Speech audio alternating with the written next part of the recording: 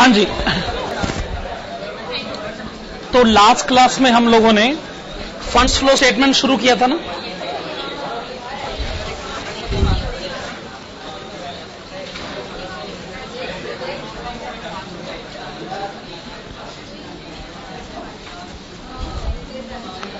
Okay, listen please. Funds flow statement हमने शुरू कर दिया था। फंड्स फ्लो स्टेटमेंट का बस परफॉर्मा ही बनाया था और मैंने आपको कहा भी था कि मोस्ट इंपॉर्टेंट कैलकुलेशन कौन सी होगी? Funds from operations. हाँ, तो आइए हेडिंग डालें।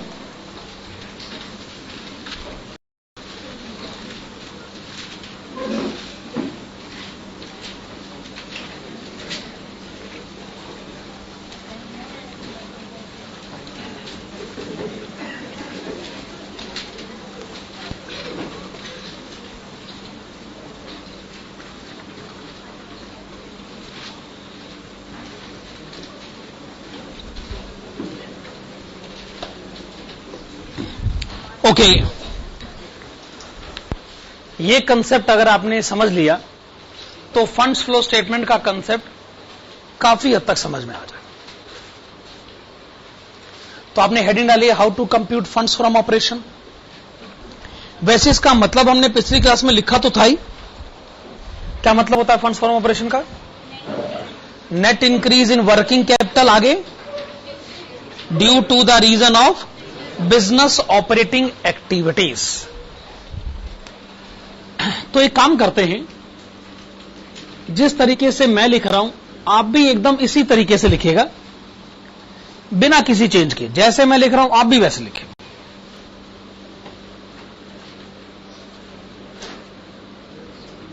Profit and loss account, credit side X Y Z, debit side A B C D. जैसे मैंने लिखा आप भी लिखिए। Credit side X Y Z, debit side A B C D, बस। और क्या, कोई बहुत ज्यादा मुश्किल शब्द तो मैंने इस्तेमाल भी नहीं करा। X Y Z A B C D. अब आप लिखिएगा एक्स। एक्स का मतलब लिखेगा such type of income, such type of income which is related to, such type of income which is related to operating activities, which is related to operating activities, and which has also resulted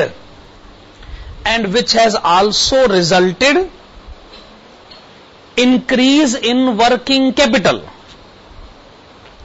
and which has also resulted increase in working capital।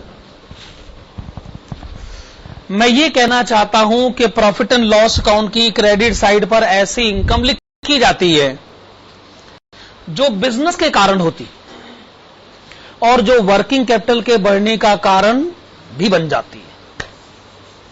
जैसे मान लीजिए आपने credit side पे लिखा sales, bye sales, या cash cell या credit sale, जो मर्जी। जब आप कहते हैं सेल, इसका मतलब सेल बिजनेस के कारण होती है।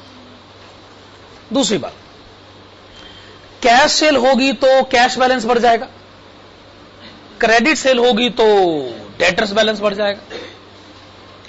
कैश बैलेंस बढ़े या डेटर्स बैलेंस बढ़े, क्या इन एनी केस आपका वर्किंग कैपिटल बढ़ जाएगा? इसका मतलब जो भी आप कैश सेल क्रेडिट सेल लिखते हैं, क्या मैं उसे एक्स की डेफिनेशन में काउंट कर सकता हूं? क्योंकि इसमें दो बातें पाई जाती हैं, एक ये बिजनेस के कारण हुआ है और दूसरा इसके कारण वर्किंग कैपिटल हमारा बढ़ गया है। ओके, एक्स का मतलब समझ लिया आपने। चलिए वाई का मतलब लिखेगा such type of income, Y का मतलब लिखेगा such type of income which is related to operating activities, which is related to operating activities, but it has not resulted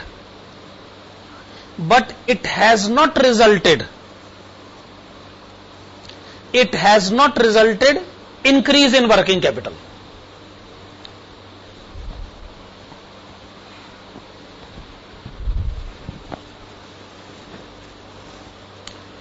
देखिए, अगर हमारे कस्टमर से हमको कैश मिले तो उससे हमारा वर्किंग कैपिटल बढ़ जाता है। मान लीजिए हमारे कस्टमर ने हमको कहा जी हमारे पास तो कैश देने को है ही नहीं।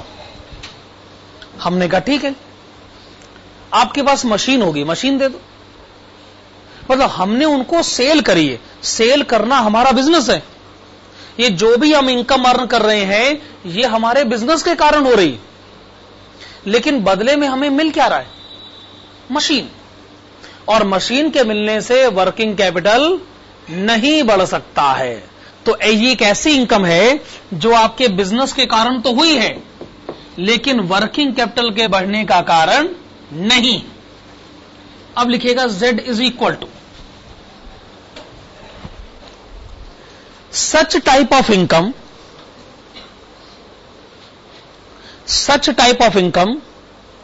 which is not related, such type of income which is not related to operating activities, which is not related to operating activities, but it has resulted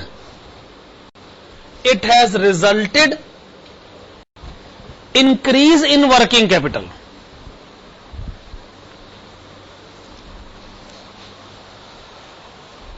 मान लीजिए हमको डिविडेंड मिला, हमें इंटरेस्ट मिला, हमने प्रॉपर्टी खरीद ली थी, उस पर हमें रेंट मिला।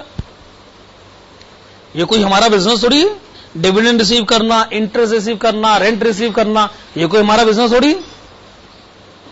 इसका मतलब ये जो इनकम है, ये इनकम आपको बिजनेस के कारण नहीं हुई है, लेकिन इनसे कैश तो मिला है। और कैश के मिलने से, कैश बैलेंस बढ़ने से, करंट एसेट के बढ़ने से वर्किंग कैपिटल बढ़ा तो है। तो ऐसी इनकम आप क्रेडिट साइड पर लिखते हैं जो भले ही बिजनेस से रिलेटेड नहीं हो, पर फिर भी वर्किंग कैपिटल जरूर बढ़ जाता है। ए लिखिएगा such type of expenditure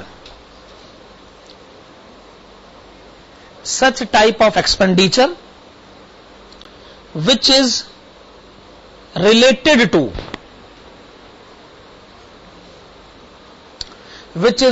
to operating activities, and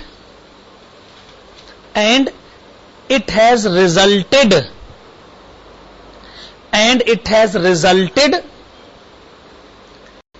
decrease in working capital.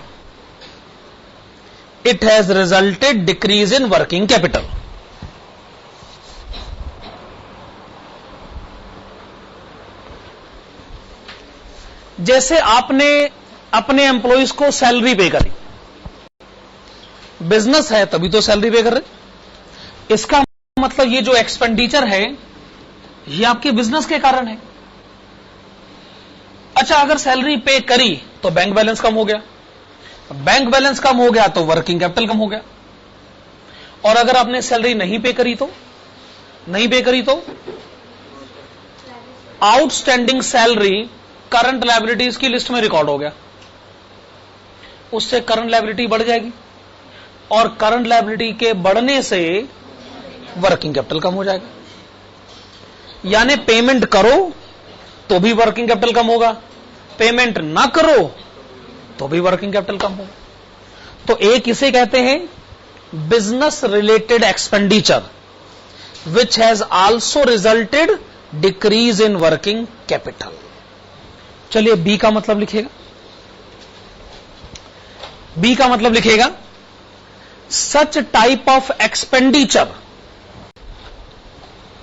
such type of expenditure which is related to, such type of expenditure which is related to operating activities, such type of expenditure which is related to operating activities but it has not resulted, it has not resulted decrease in working capital, it has not resulted decrease in working capital.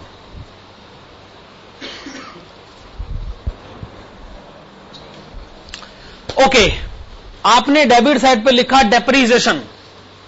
Depreciation business related expenditure है। अरे business है तभी तो depreciation है, लेकिन depreciation की वजह से वर्किंग कैपिटल कम नहीं होता। वर्किंग कैपिटल एसेट साइड में से फिक्स्ड एसेट में से माइनस करके बताया जाता है। क्या वर्किंग कैपिटल कभी करंट एसेट में से माइनस, क्या डेप्रीसिएशन कभी करंट एसेट में से माइनस करके बताया गया? तो डेप्रीसिएशन वो एक्सपेंडिचर है जो बिजनेस से रिलेटेड है लेकिन वर्किंग कैपिटल से रिलेटेड नहीं है, उसको हम कहते हैं बी। अब लिखिएगा C, such type of expenditure, such type of expenditure which is not related, which is not related to operating activities, which is not related to operating activities, not related to operating activities but it has resulted decrease in working capital.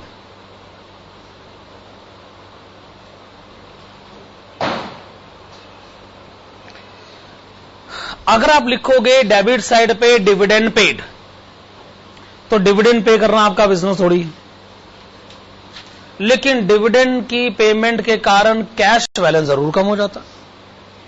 इसका मतलब ऐसे expenses होते हैं जो business से related नहीं होते लेकिन वर्किंग कैपिटल हमारा जरूर कम करवा देते।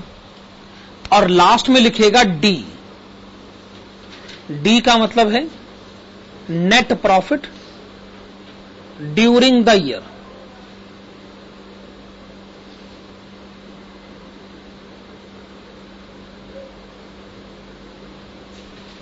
क्या लिखा आपने? Net profit during the year.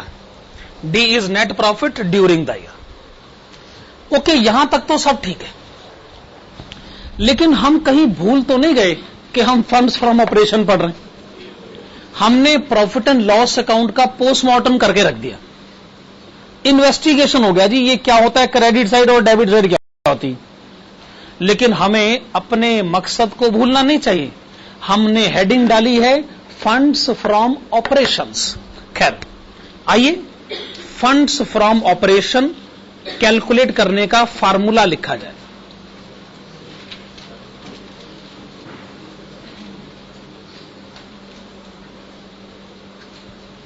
और आप लिखेंगे funds from operations is equal to X minus A. The answer is X minus A. हां जी, एक्स क्या है? बिजनेस से होने वाली इनकम जिसने वर्किंग कैपिटल को भी बढ़ाया है। ए क्या है? बिजनेस रिलेटेड एक्सपेंडिचर जिसने वर्किंग कैपिटल को भी घटाया है। एक्स माइनस ए क्या है? बिजनेस से होने वाली नेट इनकम, यानी इनकम में से एक्सपेंडिचर माइनस करा आपने, जिसने वर्किंग कैपिटल को नेट में बढ़ा दिया। ये वर्किंग कैपिटल बढ़ा, ये घटा, इसका मतलब x माइनस ए में दो बातें हैं, एक इसमें बिजनेस भी है और दूसरा इसमें वर्किंग कैपिटल भी है।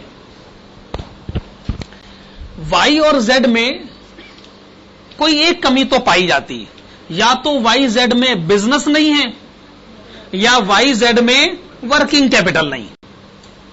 सिमिलरली b और c में या बिजनेस नहीं है या वर्किंग कैपिटल नहीं, और हमें चाहिए दोनों बातें, बिजनेस भी होना चाहिए और वर्किंग कैपिटल भी होना चाहिए। तो जी ये हमारा आंसर है।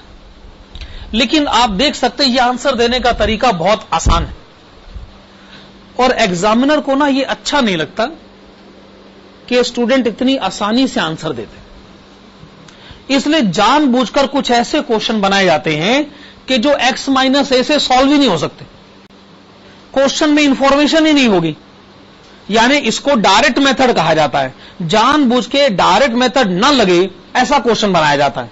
स्टूडेंट की कन्वीनियंस हमको अच्छी नहीं लगती ना असल में, इसलिए इनडायरेक्ट मेथड बनाया गया। और इनडायरेक्ट मेथड क्या कहता है कि आप शुरुआत करिए डी से, इससे शुरुआत करिए और नेगेटिवली सोचिए और यह सोचिए कि डी कैलकुलेट कैसे हुआ था। x plus Y plus Z minus A minus B minus C is D, ऐसे कैलकुलेट हुआ ना। x तो ठीक ही लिखा है आपने, x तो ठीक ही लिखा है आपने, x को तो हम भी मानते हैं, ओरिजिनल फॉर्मूला कहता हां x ही ठीक है। हमने कहा चलो x ठीक है, गलती से y और z प्लस हो गए, तो गलती सुधारने के लिए क्या करें, माइनस वाई माइनस जेड। क्या ये बात मैं ऐसी कह रहा हूं? और गलती से b और c माइनस हो गए हैं, तो गलती सुधारने के लिए क्या करें, प्लस b प्लस c। और ये बात आप भी मानेंगे कि जी जो x माइनस ए है उसी को निकालने का एक दूसरा तरीका है, d minus Y minus Z plus B plus C. मेरे ख्याल से इतनी बात आप भी रिकॉग्नाइज करेंगे कि असल में एक ही कैलकुलेशन को करने के दो तरीके। ओके, चलिए आइएगा page number, funds flow statement कहां से शुरू हो रहा है, page number 275। Okay, page number 275 पर आइएगा। Please come to page number 275, question number 1। Page number 275 पर आइए और क्वेश्चन नंबर 1 पढ़ना शुरू करते हैं। From the following information, from the following income statement of ABC and company, determine funds from operations by various methods। आपको profit and loss account given है, आप प्रॉफिट एंड लॉस अकाउंट की details पढ़ लीजिए, जितनी भी बातें लिखी हुई हैं आप उनको एक बार पढ़ लीजिए। और वो हमको ये कह रहे हैं क्या फंड्स फ्रॉम ऑपरेशन जितने भी तरीकों से कैलकुलेट करना जानते हो वो सारे तरीके एडॉप्ट करके बताइए।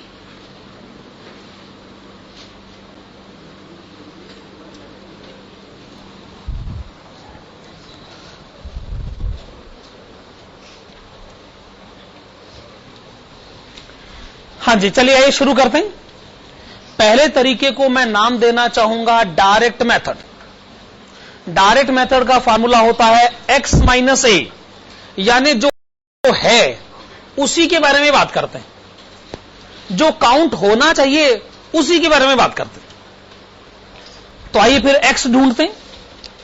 x आपको प्रॉफिट एंड लॉस अकाउंट की क्रेडिट साइड पे मिल जाएगा। सेल्स,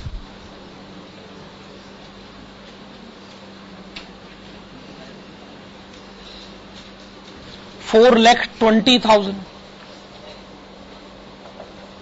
4,20,000 में। क्या ये x है?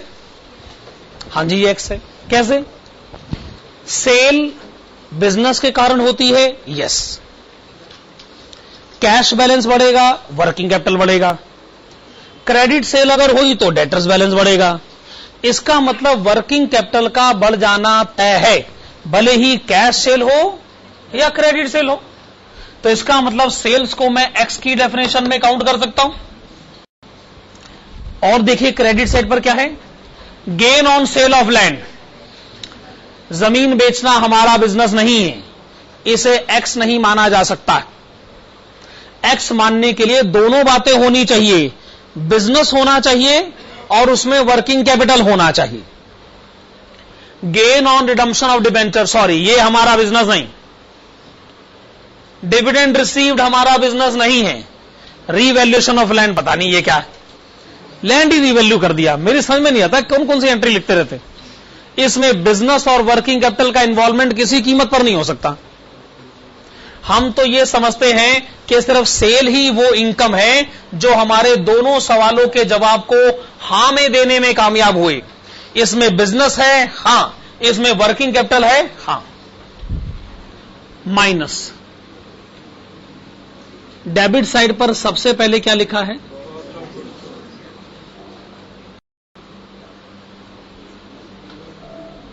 कॉस्ट ऑफ गुड्स सोल्ड होता ही क्या है, यही ना, ये मटेरियल का खर्चा, लेबर का खर्चा, डायरेक्ट एक्सपेंसेस, यही सब कॉस्ट ऑफ गुड्स सोल्ड होता है। Obviously cost of goods sold business related है और या तो इसकी पेमेंट हुई होगी या नहीं हुई होगी, उससे कोई फर्क नहीं पड़ता। वर्किंग कैपिटल तो कम हो ही जाता है।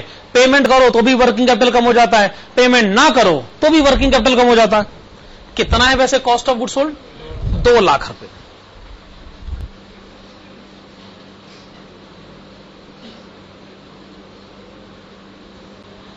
माइनस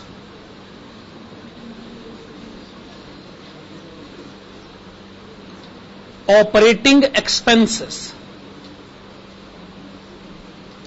ऑपरेटिंग एक्सपेंसेस कितने, 40,000। ऑपरेटिंग एक्सपेंसेस का मतलब है business related expenses.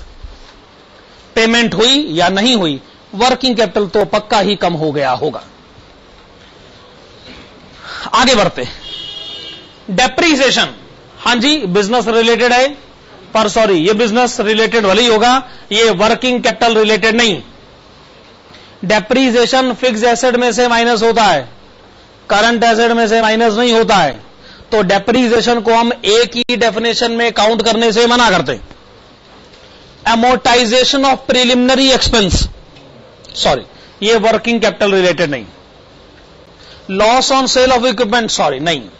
Income tax, क्या income tax business related activity है? क्या लास्ट क्लास में हमने ऐसा कोई डिस्कशन किया था कि इनकम टैक्स और डिविडेंड बिजनेस रिलेटेड ट्रांजैक्शन नहीं माने जा सकते? चलो कोई बात नहीं। क्या income tax business related expenditure होता? क्या इनकम टैक्स बिजनेस एक्सपेंडिचर होता? No, income tax business expenditure नहीं होता।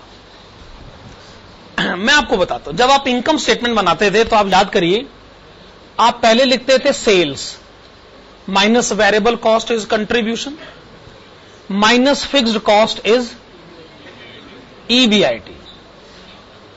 ये सब है बिजनेस। इसके बाद जो कुछ भी है वो बिजनेस नहीं है। आप इसमें से इंटरेस्ट माइनस करते थे, सॉरी आपने जरूर इंटरेस्ट पे करा होगा, पर इंटरेस्ट पे करना आपका बिजनेस नहीं।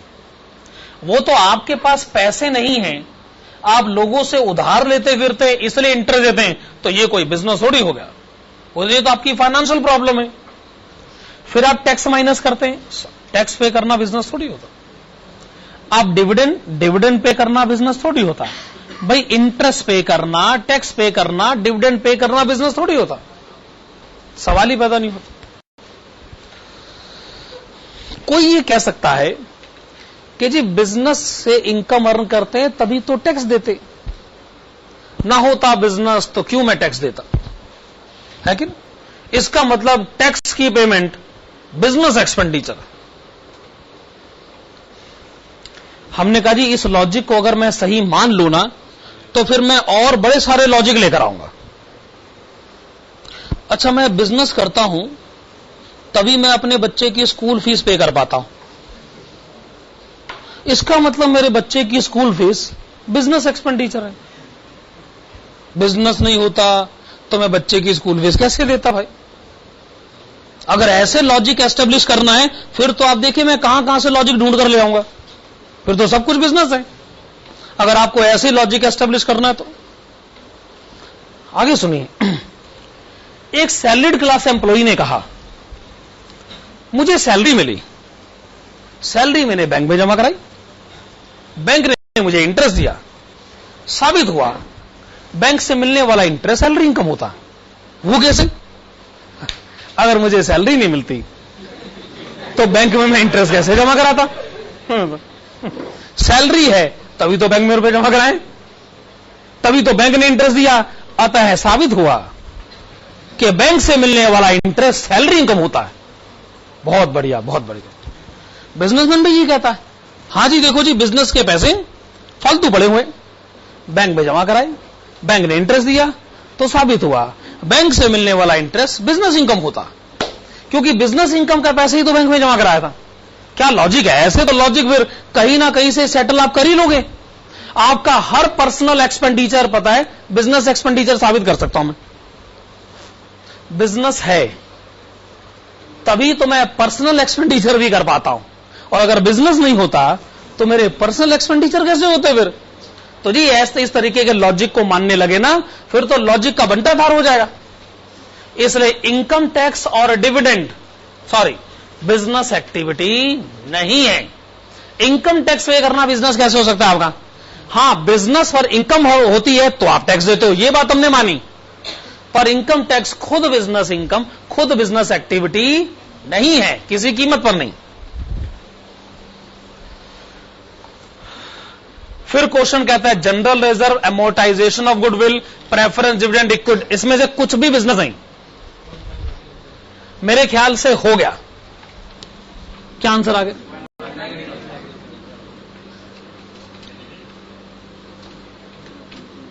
$1,80,000 के सामने लिखेगा फंड्स फ्रॉम ऑपरेशंस, और ये सबसे सिंपल प्रोसीजर है x माइनस ए। स्टूडेंट चाहता है कि मैं ऐसे आंसर निकाल लूं, पर आप समझ सकते हैं कि स्टूडेंट की सहूलियत टीचर को बर्दाश्त नहीं होती, को बहुत बुरा लगता है इतनी आसानी से अगले ने आंसर निकाल लिया, ये तो हमें बहुत बुरा लगता है। तो आओ इनडायरेक्ट मेथड स्टूडेंट को पढ़ाओ। तो ये आपने डायरेक्ट मेथड लिखा ना, अब आप लिखेगा इनडायरेक्ट मेथड।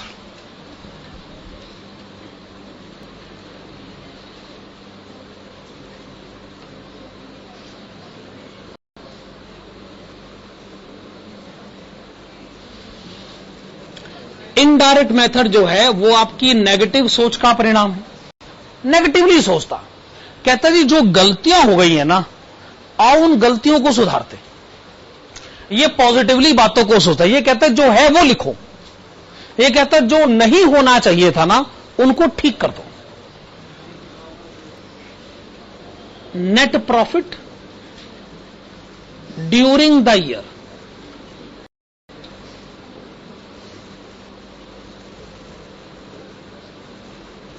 बताइएगा कि आपका नेट प्रॉफिट कितना है? 15,000।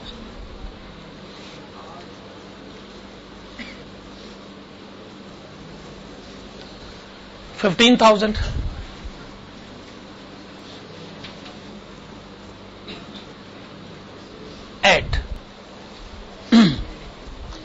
जब आप नेट प्रॉफिट कैलकुलेट कर रहे थे तब ए बी सी डी नाम के एक्सपेंसेस माइनस हुए थे। क्या मैं सही करूं?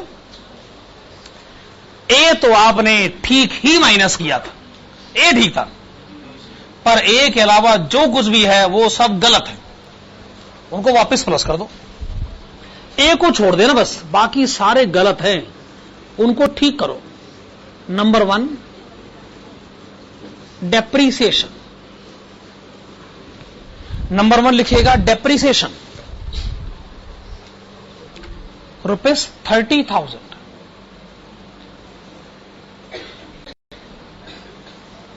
नंबर 2 लिखिएगा 7,000 और ये 7,000 क्या है? Amortisation of preliminary expenses. सारे लिखने होंगे, बस वो जो ठीक है ना उनको छोड़ देना।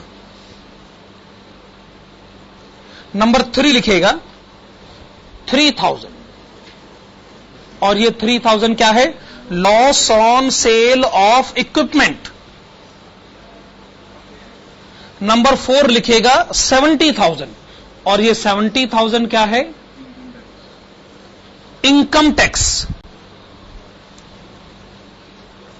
नंबर 5 लिखिएगा 15,000 और ये 15,000 क्या है?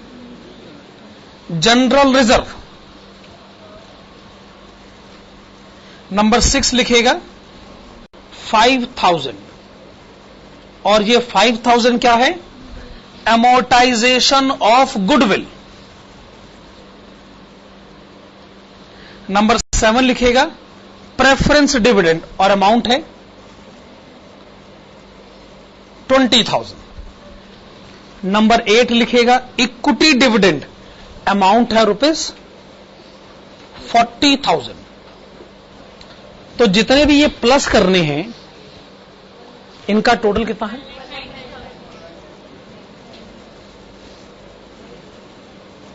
1,90,000। ये सारे प्लस करने वाले हैं। पहले है 15,000, उसमें आप कह रहे हैं कि 1,90,000 प्लस होना चाहिए। एक्चुअली गलती से माइनस हो गए थे, तो चलो गलती सुधारते हुए प्लस कर देते, लेस।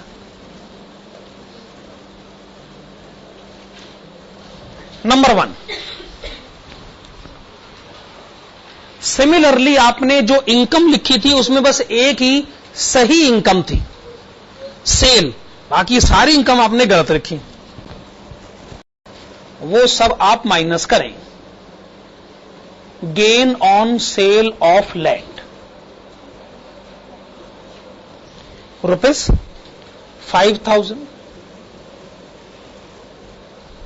नंबर 2 जो आपको माइनस करना है वो लिखेगा gain on redemption of debentures ₹1,000। Gain on redemption of debentures 1,000। Number 3 जो आप माइनस करेंगे वो है 4,000 dividend received. 4,000 dividend received. Number 4 लिखिएगा रीवैल्यूएशन ऑफ लैंड 15,000। तो जो आप माइनस करना चाहते हैं उसका टोटल है 25,000।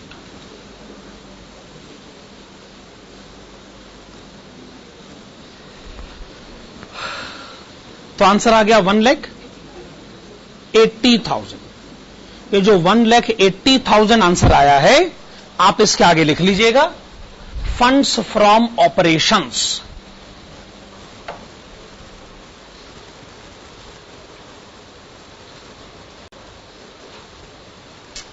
ठीक है, ये मेथड भी ठीक है। डायरेक्ट मेथड भी हो गया, इनडायरेक्ट मेथड भी हो गया। एक और मेथड है, एक और तीसरा मेथड है, और वो सबसे ज्यादा अडॉप्ट किया जाता है, सबसे ज्यादा किताबों में है, सबसे ज्यादा स्टूडेंट उस मेथड को अडॉप्ट करते हैं, सबसे ज्यादा टीचर उस मेथड को पढ़ाते हैं। मोस्ट पॉपुलर मेथड है, उसकी हेडिंग डालेगा। उसकी हेडिंग है अल्टरनेटिव इनडायरेक्ट मेथड। ये इनडायरेक्ट मेथड का अल्टरनेटिव।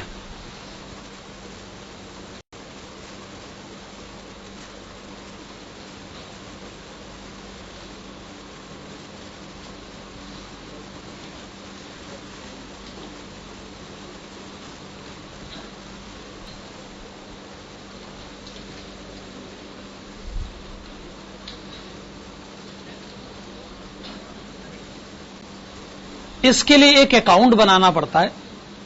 उस अकाउंट को कहा जाता है adjusted profit and loss account. मैं चाहूंगा कि आप इसमें अकाउंटिंग लॉजिक ना ढूंढें,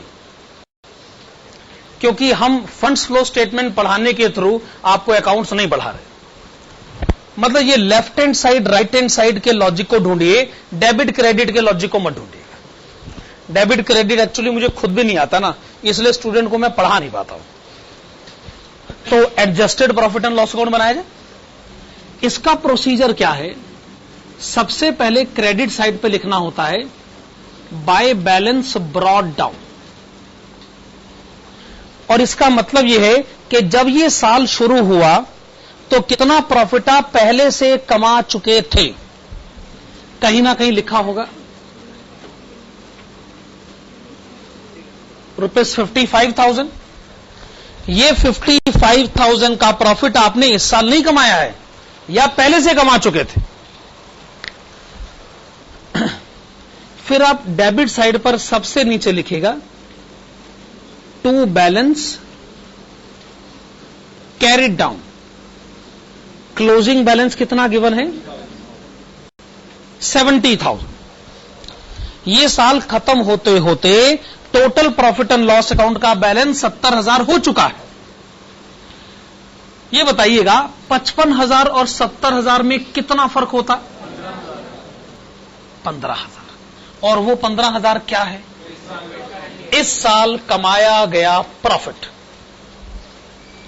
ये रहा 15,000। इनडायरेक्ट मेथड कहता है 15,000 से शुरुआत करें। हमने 15,000 से शुरुआत कर दी। अगर इधर लिखोगे 70,000, इधर लिखोगे 55,000, बैलेंस कितना हुआ? इसका मतलब आपकी डेबिट साइड 15,000 ज्यादा है। क्या ये बात मैं सही कह रहा हूं? आपकी डेबिट साइड 15,000 ज्यादा है। हमने 15,000 से शुरुआत कर दी, 70,000 में से 55,000 गए, 15,000। ओके, ये सारे अमाउंट आपको प्लस करने। अगर मैं ये सारे अमाउंट यहां डेबिट साइड पे लिख दूं तो क्या ये प्लस हो जाएंगे? आप समझिए 70 माइनस 55 लिखा है 15,000। अगर ये सारे अमाउंट मैं यहां लिख देता हूं तो क्या वो इसमें प्लस नहीं हो जाएंगे? और माइनस करने वाले अमाउंट मैं यहां लिख दूंगा, वो माइनस हो जाएंगे। फिर एक बैलेंस आ जाएगा, वो होगा फंड्स फ्रॉम ऑपरेशन। ठीक है, करें शुरू। चलो भाई, सबसे पहले लिखेगा टू डेप्रीसिएशन।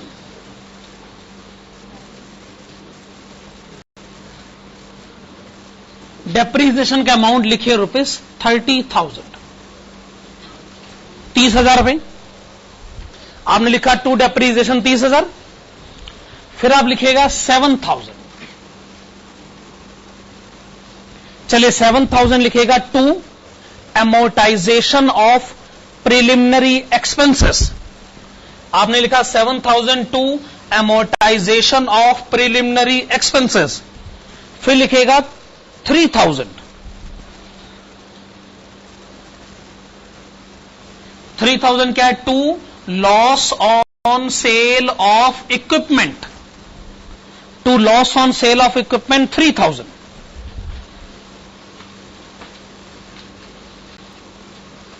फिर लिखेगा 70,000 और लिखेगा to income tax. 70,000 to income tax. फिर लिखेगा 15,000 टू जनरल रिजर्व। आपने लिखा 15,000 टू जनरल रिजर्व। फिर लिखेगा 5,000 टू amortization ऑफ गुडविल, 5,000 रुपए। To amortization of goodwill 5,000। To preference dividend 20,000। To equity dividend 40,000। ठीक है ना? वो सारे अमाउंट जो आप प्लस कर रहे थे मैं उन सारे लिख तो दिए। अब क्या करें? अब माइनस करने वाली एंट्रीज है। Gain on sale of land, by gain on sale of land.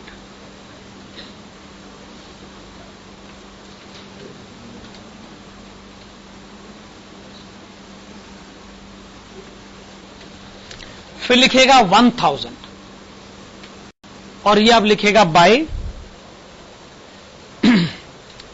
Gain on redemption of debentures. फिर लिखेगा 4000 और लिखेगा बाय डिविडेंड रिसीव्ड। फिर लिखेगा 15,000 बाय रीवैल्यूएशन ऑफ लैंड।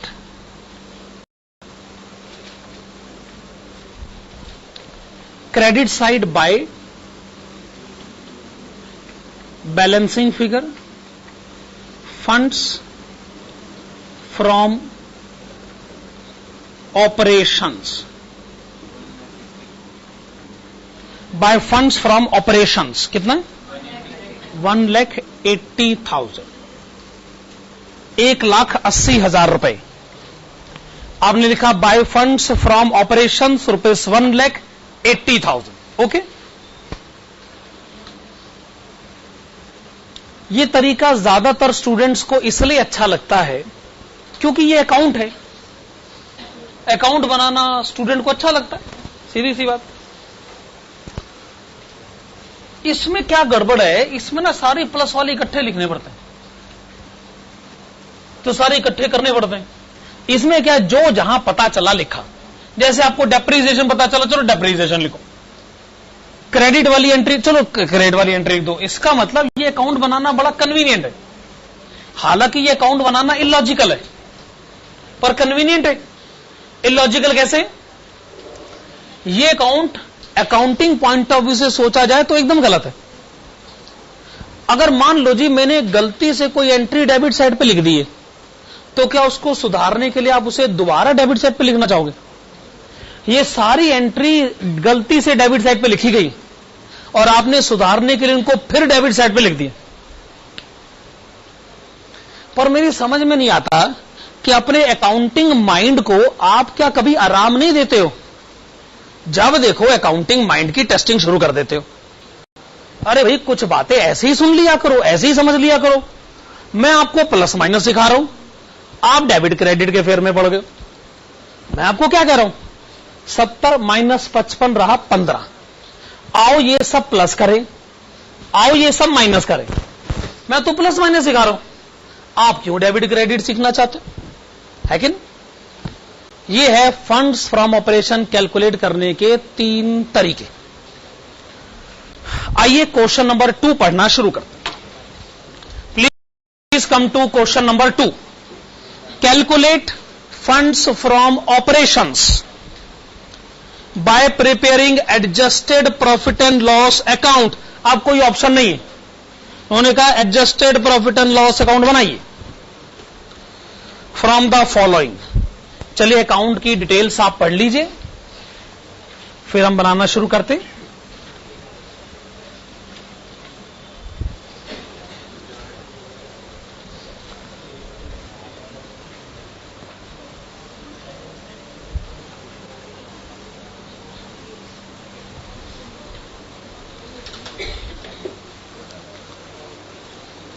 वैसे कुछ स्टूडेंट्स की डिमांड आई है कि कल दोपहर को एक एक्स्ट्रा क्लास अरेंज करी जाए।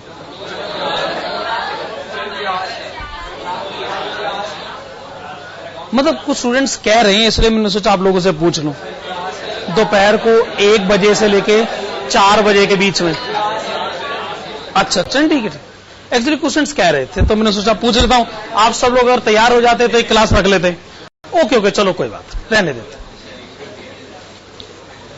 हाँ चलो क्वेश्चन तो पढ़ो आप भाई, क्वेश्चन तो पढ़ो भाई। बस पूछ लिया मैंने, कौन सा गलत काम किया, पूछा ही तो है।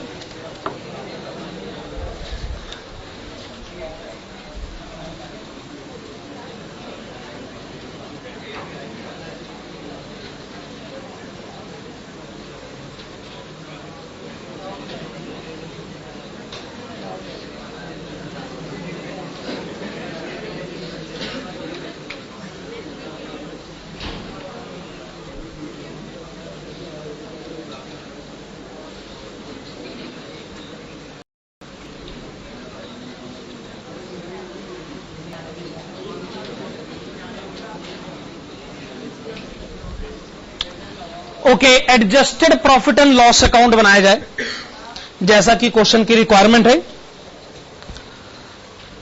इस अकाउंट में आप सबसे पहले क्रेडिट साइड पर लिखना चाहेंगे by balance brought down.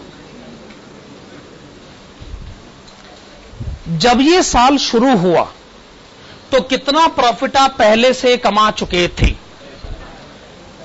1 lakh रुपए। 1 लाख रुपए ना, ये प्रॉफिट आप पहले से कमा चुके थे।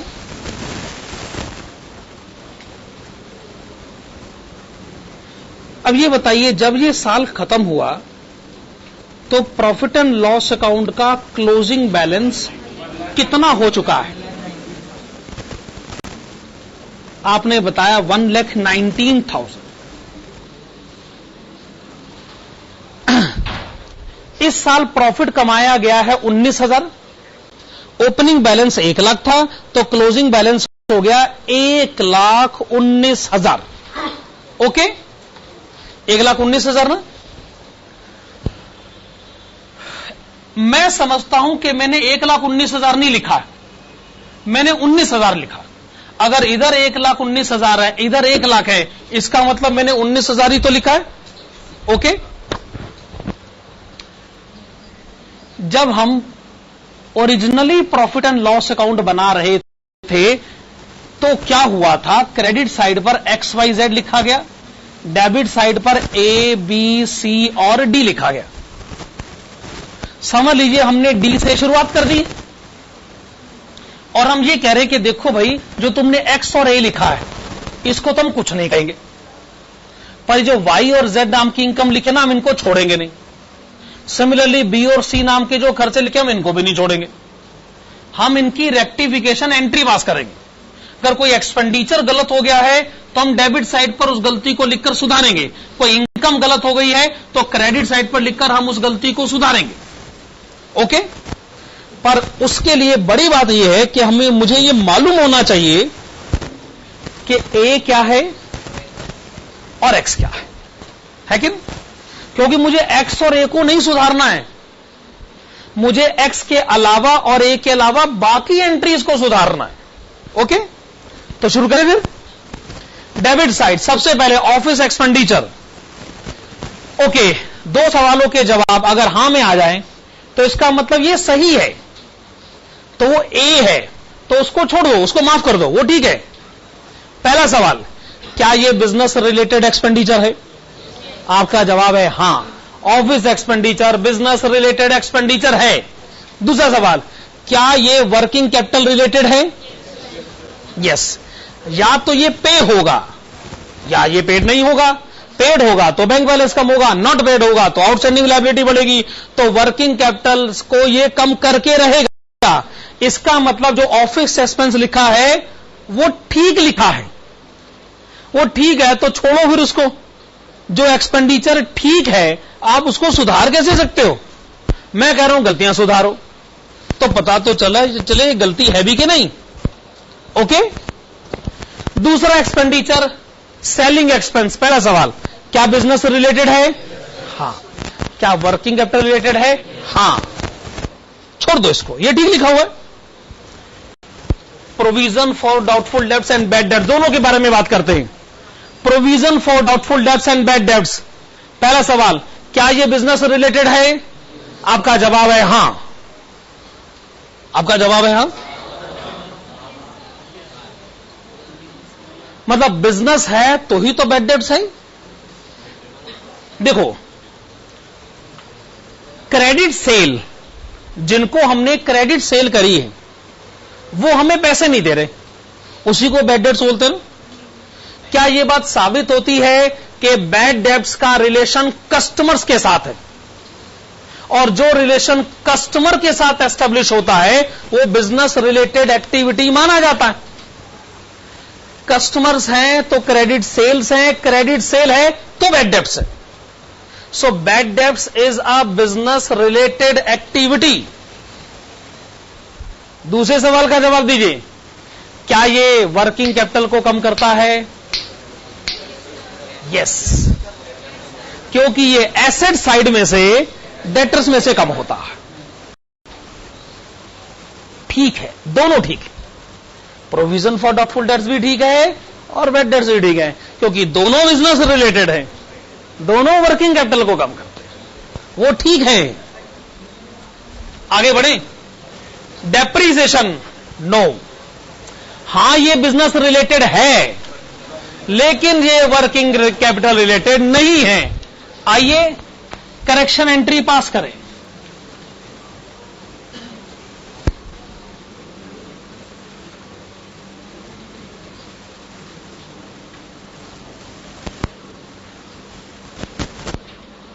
To depreciation. आगे बढ़िए। Loss on sale of machine, ये बिजनेस रिलेटेड नहीं है।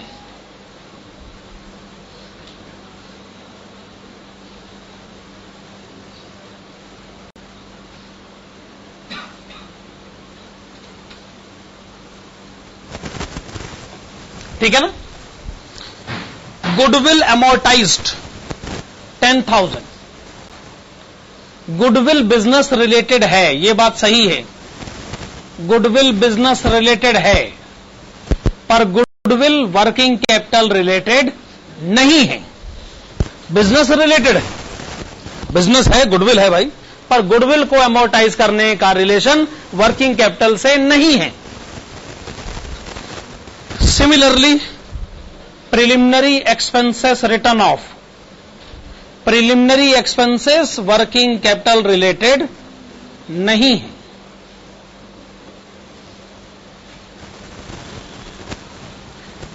Discount to debtors,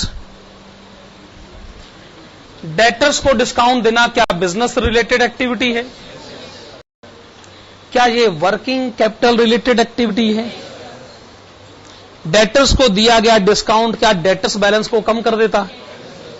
this is it. तो ये ठीक है, छोड़ दो इसको। टैक्स, ये बिजनेस रिलेटेड नहीं।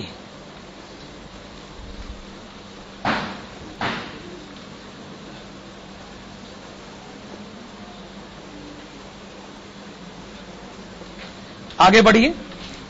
रिजर्व, रिजर्व क्रिएट करना बिजनेस रिलेटेड एक्टिविटी नहीं। प्रोपोज डिविडेंड, इंटरिम डिविडेंड, किसी भी तरीके का डिविडेंड बिजनेस रिलेटेड एक्टिविटी नहीं।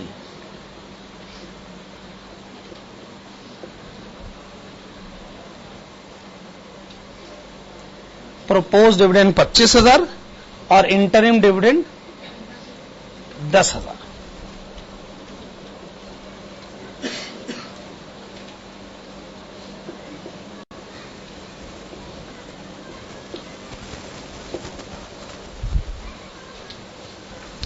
क्रेडिट साइड पर आइए।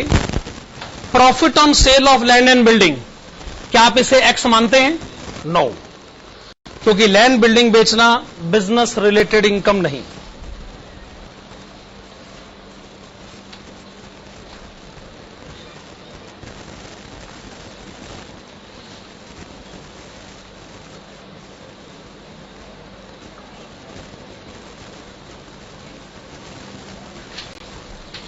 इंटरेस्ट और डिविडेंड रिसीव्ड, ये बिजनेस रिलेटेड इनकम नहीं।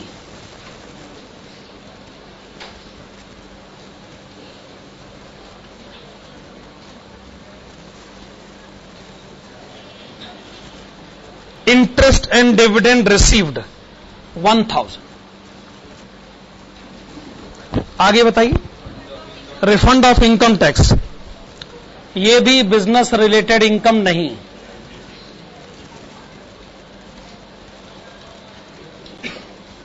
Refund of income tax rupees 15,000। Compensation received, क्या ये आपको बिजनेस रिलेटेड इनकम लग रही?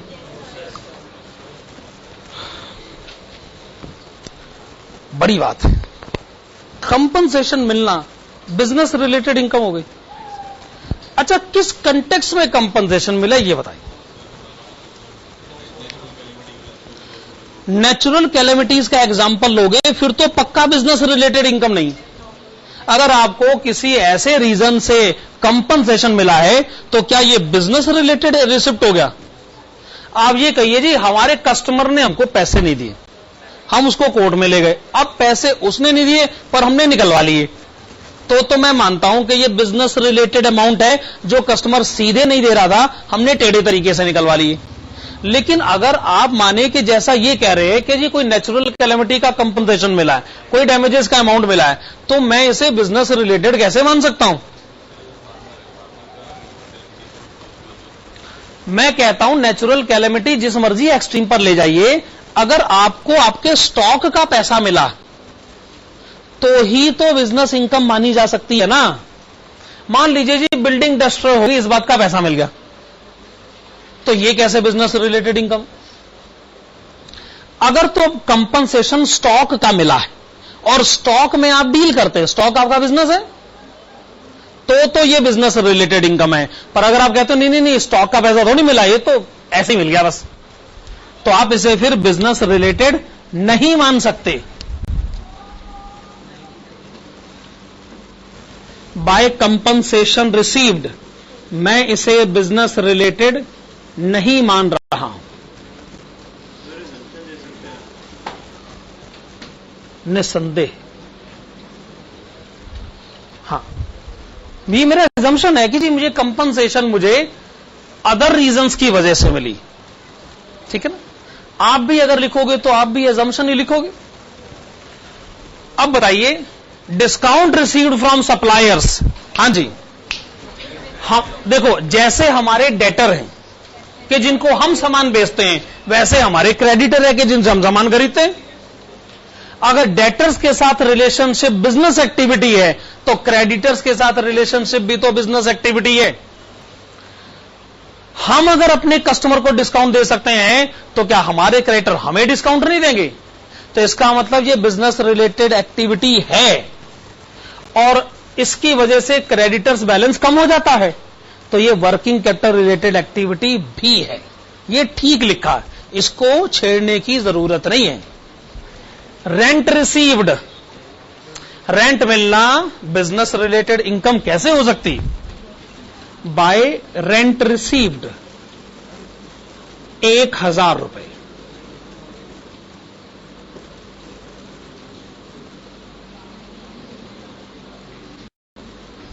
सारी एंट्रीज हो चुकी हैं। क्रेडिट साइड पे जो बैलेंस आएगा आपने बताया 92,000, तो 92,000 के आगे लिखेगा by funds from operations, brackets में लिख लीजिएगा बैलेंसिंग फिगर।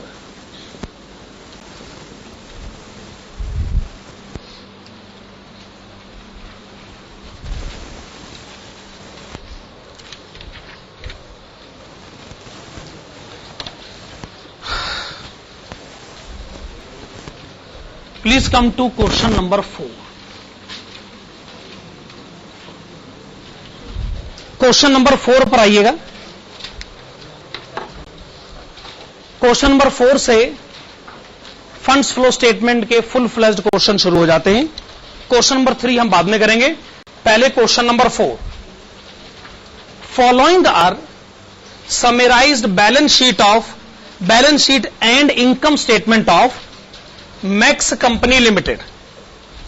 तो आपके सामने बैलेंस शीट गिवन है, ओपनिंग भी और क्लोजिंग भी, लायबिलिटी साइड्स और एसेट साइड, नीचे इनकम स्टेटमेंट भी गिवन है। फिर नीचे क्वेश्चन कहता है you are required to prepare funds flow statement if original cost of equipment sold was ₹1,44,000, accumulated depreciation 96,000। देखो फंड्स फ्लो स्टेटमेंट तो बनानी ही है, वो हम कब मना कर रहे हैं, पर क्यों ना पहले हम कैलकुलेट कर ले फंड्स फ्रॉम ऑपरेशंस।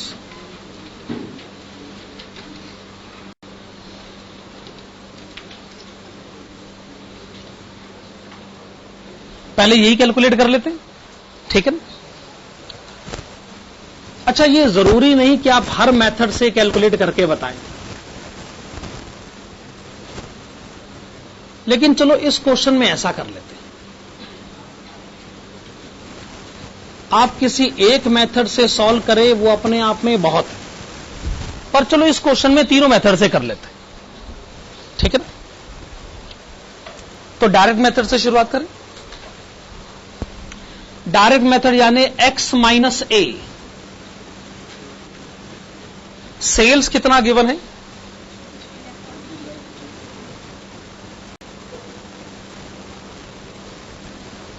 ₹50,40,000।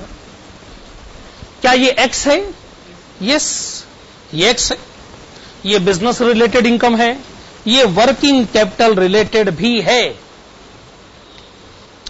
कोई और इनकम बताएं। एक इनकम और है, profit on sale of equipment, पर सॉरी ये बिजनेस रिलेटेड इनकम नहीं, हम इसे बिजनेस रिलेटेड इनकम नहीं मानते, इसे एक्स नहीं माना जा सकता, तो एक्स बस यही है। चलो भी ए माइनस करते हैं। कॉस्ट ऑफ सेल्स, हां ये बिजनेस रिलेटेड एक्सपेंस है और जरूर ये वर्किंग कैपिटल रिलेटेड भी होगा। 39,60,000।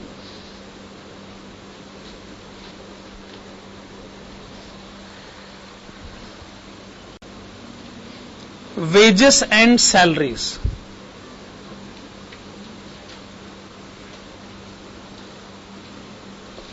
कितना है वैसे? 4,80,000।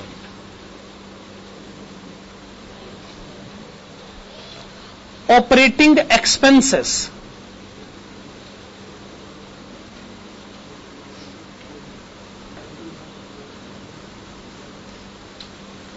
$3,09,600।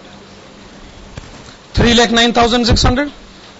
क्या टैक्स, आप टैक्स तो बिजनेस रिलेटेड नहीं है ना। बैड डेब्ट्स, हां बैड डेब्ट्स बिजनेस रिलेटेड है और वर्किंग कैपिटल रिलेटेड भी है, 400। एक और दे रखा है इनकम स्टेटमेंट में डिविडेंड, पर डिविडेंड बिजनेस रिलेटेड एक्टिविटी नहीं। 2 lakh,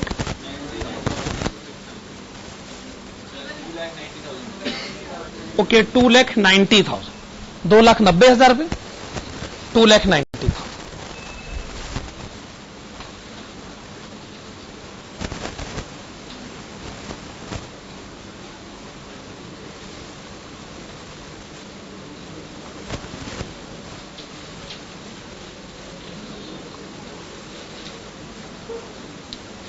indirect method,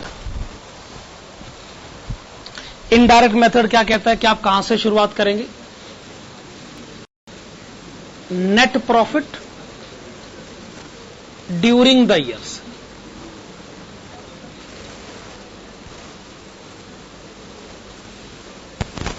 net profit during the year, तो आप मुझे बताएं net profit during the year, इस साल आपने कितना नेट प्रॉफिट कमाए? 24,000। ये 24,000 आपको कहां से पता चला? वो इनकम स्टेटमेंट की लास्ट इंफॉर्मेशन ही ये net profit during the year. क्या ये 24,000 आप मुझे कहीं और से भी बता सकते हैं? ठीक है, इनकम स्टेटमेंट में तो लिखा ही हुआ है, उस बात से हम इनकार नहीं कर रहे हैं, पर अगर आप बैलेंस शीट में जाएं, लायबिलिटी साइड पर प्रॉफिट एंड लॉस अकाउंट का जो ओपनिंग बैलेंस है और जो क्लोजिंग बैलेंस है, क्लोजिंग बैलेंस कितना है? 3,27,600 रुपए ओपनिंग बैलेंस।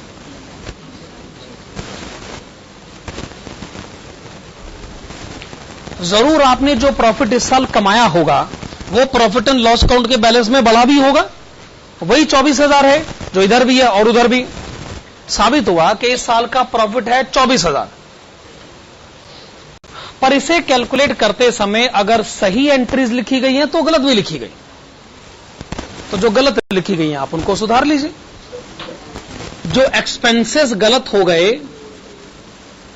जो गलती से माइनस हो गए हैं, आप उनको वापस प्लस कर दीजिए। अच्छा, जो सही है उनको छोड़ दो, बाकी सारे गलत है। जैसे कॉस्ट ऑफ सेल सही है, उसको छोड़ दो। डेप्रिसिएशन गलत है, उसको आप पकड़ लो कि इसको वापिस ऐड करना।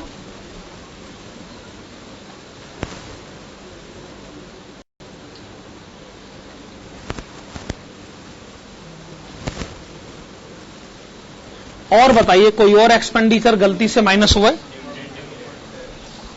डेप्रिसिएशन के बाद है प्रोविजन फॉर टैक्स।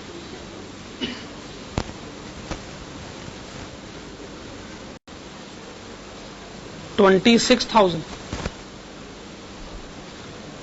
और नंबर 3 बताएंगे?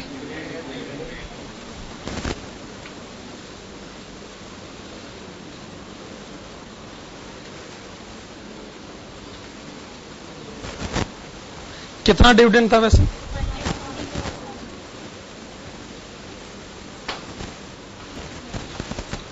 टोटल है 2,90,000।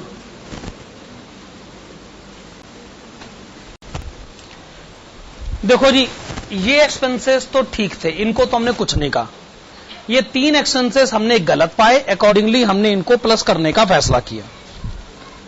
सिमिलरली जो आपने सेल लिखी है वो इनकम तो आपने डी लिखी, उसके अलावा आपने कोई और इनकम लिखी है तो गलत बात है। Profit on sale of equipment 24,000।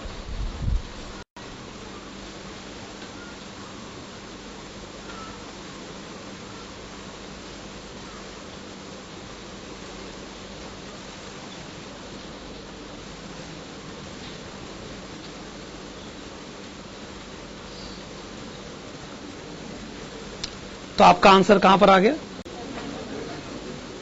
ये जो 2,90,000 आंसर आ गया है, इसके आगे आप लिख लीजिएगा funds from operations.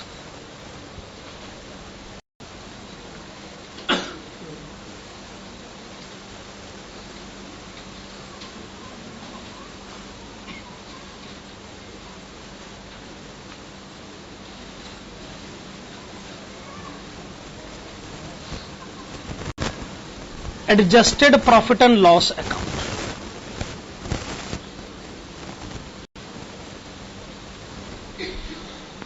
Adjusted profit and loss account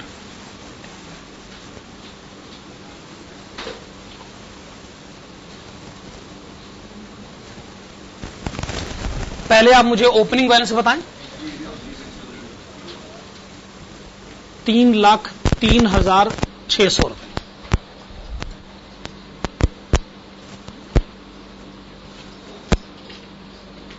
closing balance बताएं। 3,27,600 रुपए। 3,27,600 रुपए। जो एक्सपेंसेस गलत हो गए हैं उनको ठीक करें डेबिट साइड पर लिखकर।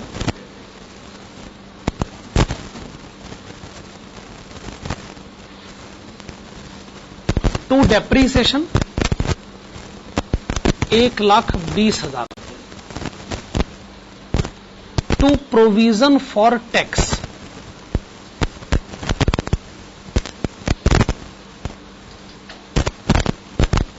26,000 रुपए। To dividend 1,44,000।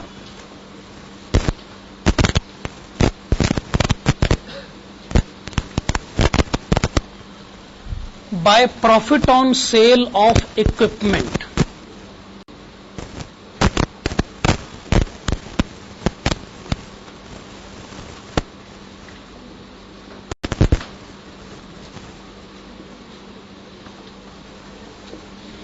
कितना है?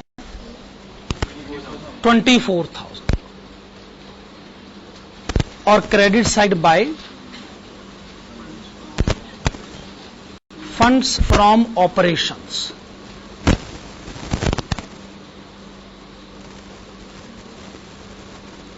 कितना है? 2,90,000। 2,90,000। तीन तरीकों से फंड्स फ्रॉम ऑपरेशन कैलकुलेट करा है, पर एग्जाम में तो हम किसी एक ही तरीके से करेंगे भाई। अब इस कैलकुलेशन को छोड़ा जाए, क्वेश्चन की मेन रिक्वायरमेंट की तरफ बढ़ा जाए।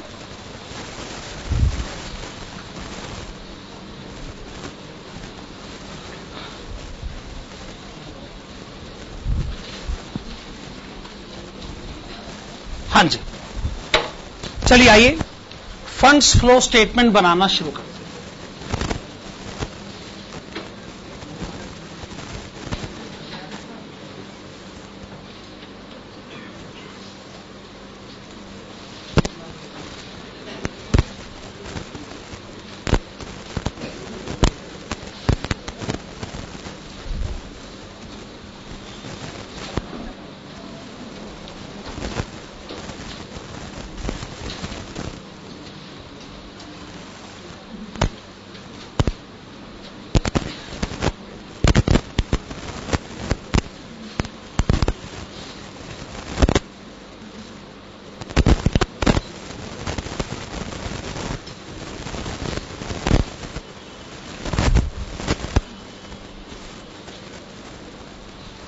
Sources and applications. ठीक है ना, मेन कंसेप्ट तो यही है हमारा। सोर्सेस यानी यहां पर आप लिखना चाहेंगे वो सारे ट्रांजैक्शंस जिनकी वजह से वर्किंग कैपिटल बढ़ गया, एप्लीकेशन जिनकी वजह से वर्किंग कैपिटल घट गया। ठीक है ना, चलिए सोर्सेस में सबसे पहले लिखिएगा फंड्स फ्रॉम ऑपरेशंस।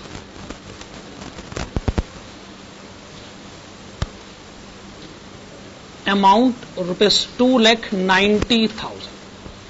ठीक है ना, हम जो बिजनेस करते हैं उसकी वजह से वर्किंग कैपिटल बढ़ गया 2,90,000।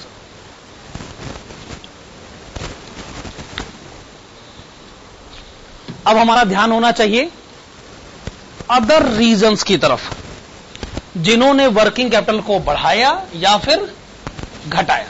क्या ये बात सही? बढ़े फिर आगे।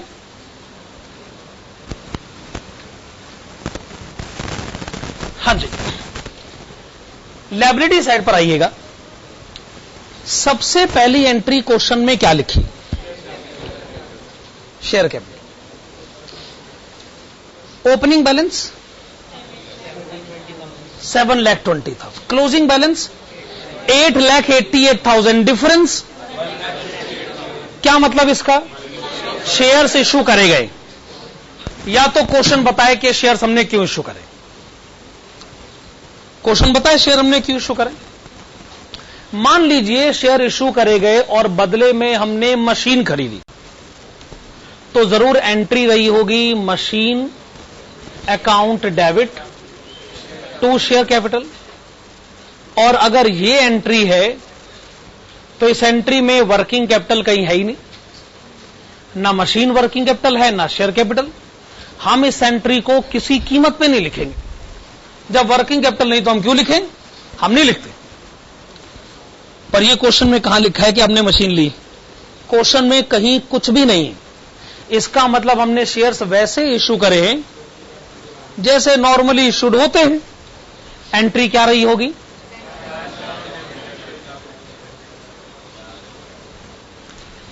अब इस एंट्री की वजह से बैंक बैलेंस आपका बड़ा है, करंट एसेट बड़ी है, वर्किंग कैपिटल बड़ा है। तो हमें लिखना चाहिए कि शेयर्स को इश्यू करने के कारण हमारा वर्किंग कैपिटल इंक्रीज हुआ है। क्योंकि अगर कोई किसी और रीजन से इंक्रीज हुआ है तो क्वेश्चन ने वो हमको बताया क्यों नहीं? हमारा हक बनता है ये मानने का कि जी नॉर्मली इश्यू हो गए होंगे, बैंक बैलेंस बढ़ गया होगा, वर्किंग कैपिटल बढ़ गया होगा। कितना अमाउंट है? 1,68,000। और ऑब्वियसली शेयर इश्यू करना आपका बिजनेस नहीं है। आप अपने बिजनेस को ऑलरेडी डिस्कस कर चुके हैं, तो प्लीज अब जरा बाकी रीजंस पर डिस्कशन कर लिया जाए, जिन्होंने वर्किंग कैपिटल बढ़ाया है या घटाया है। ओके, अब आगे बढ़े। प्रॉफिट एंड लॉस अकाउंट के ओपनिंग क्लोजिंग बैलेंसेस लिखे, मेरे ख्याल से इन पर बात हो चुकी है। जब हम फंड्स फ्रॉम ऑपरेशन, जब हम बिजनेस रिलेटेड ट्रांजैक्शन डिस्कस कर रहे थे, तो इस पर हमने बात कर ली है। तो दोबारा उसके बारे में क्या बात करना, ऑलरेडी डिस्कस हो चुका।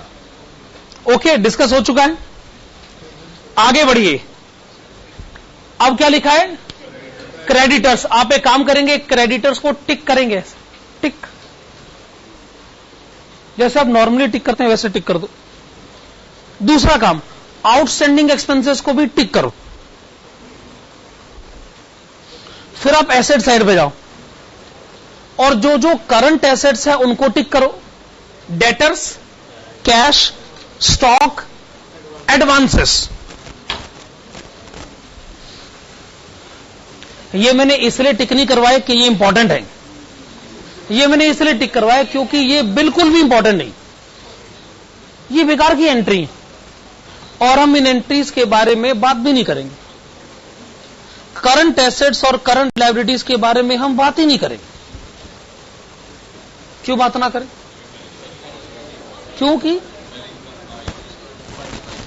अच्छा, एक लॉजिक तो ये बता रहे हैं कि देखिए, जब आप बिजनेस रिलेटेड बातें कर रहे थे तो ऑलरेडी आप बता तो चुके हो बिजनेस रिलेटेड बातें कितनी करोगे, ये कह रहे ना, हद हो गई, बिजनेस पर ही डिस्कशन करे जा रहे हो। मेरी समझ में नहीं आता आप अदर रीजंस पर कब डिस्कशन करोगे। क्या फंड्स फ्रॉम ऑपरेशन पर बात करते समय बिजनेस के सभी मैटर्स पर बात हो चुकी थी, और करंट एसेट और करंट लायबिलिटीज के सारे मैटर्स बिजनेस रिलेटेड ही होते हैं, तो बात सही है, हमें उनके ऊपर दोबारा बात नहीं करनी चाहिए। ये तो एक लॉजिक हो गया। दूसरा लॉजिक सुनिए, देखिए, डेटर्स, क्रेडिटर्स, इन सब के कम होने से वर्किंग कैपिटल पर असर पड़ता ही नहीं, मतलब इनके बढ़ने कम होने से वर्किंग कैपिटल पर असर ही नहीं पड़ता। जैसे मान लीजिए डेटर से पैसे मिल गए, एंट्री बताओ, bank account debit to debtors, bank balance बढ़ गया, डेटर्स कम हो गया, वर्किंग कैपिटल फिर वहीं का वहीं।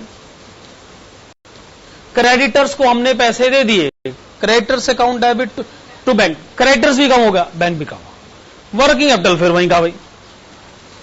तो अगर डेबिट होने वाली भी एंट्री करंट है, क्रेडिट होने वाली भी एंट्री करंट है, तो वर्किंग कैपिटल पर असर क्या पड़ा, कुछ भी नहीं। इसलिए जब भी आप फंड्स फ्लो स्टेटमेंट बनाएं तो करंट एसेट, करंट लायबिलिटीज को आप इसलिए टिक कर लें क्योंकि एक, वो फंड्स फ्रॉम ऑपरेशन में ऑलरेडी डिस्कस हो चुके। दूसरी बात, उनमें जितना भी बदलाव हुआ है वो अलग से वर्किंग कैपिटल पर असर नहीं डालता है। मैं कहता हूं अलग से, क्योंकि उनमें जितना भी बदलाव हुआ है और उसने वर्किंग कैपिटल पर जितना भी असर डाला है वो असर ऑलरेडी इसके अंदर रिप्रेजेंटेड है, इसलिए उसके ऊपर दोबारा से डिस्कशन नहीं किया जा सकता। अब आगे बढ़े, लायबिलिटी साइड पर नेक्स्ट है provision for tax. Provision for tax, क्या कोई एंट्री है जो टैक्स से रिलेटेड है?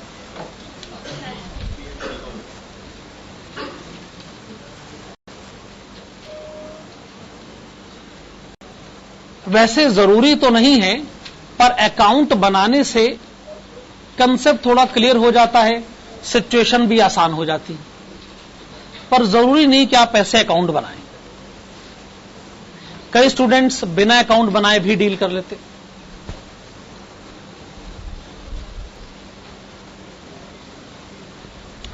आइए प्रोविजन फॉर टैक्स अकाउंट बना लेते हैं।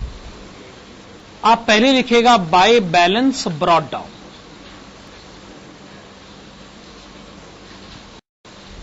जब यह साल शुरू हुआ तो आपने गवर्नमेंट को कितना टैक्स देना था?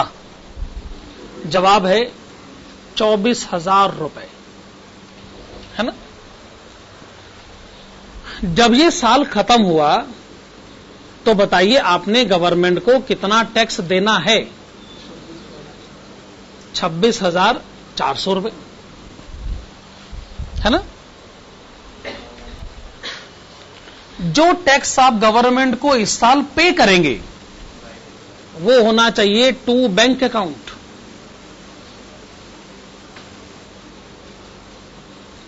और जो आप इस साल प्रॉफिट एंड लॉस अकाउंट से चार्ज करेंगे वो होना चाहिए by profit and loss account.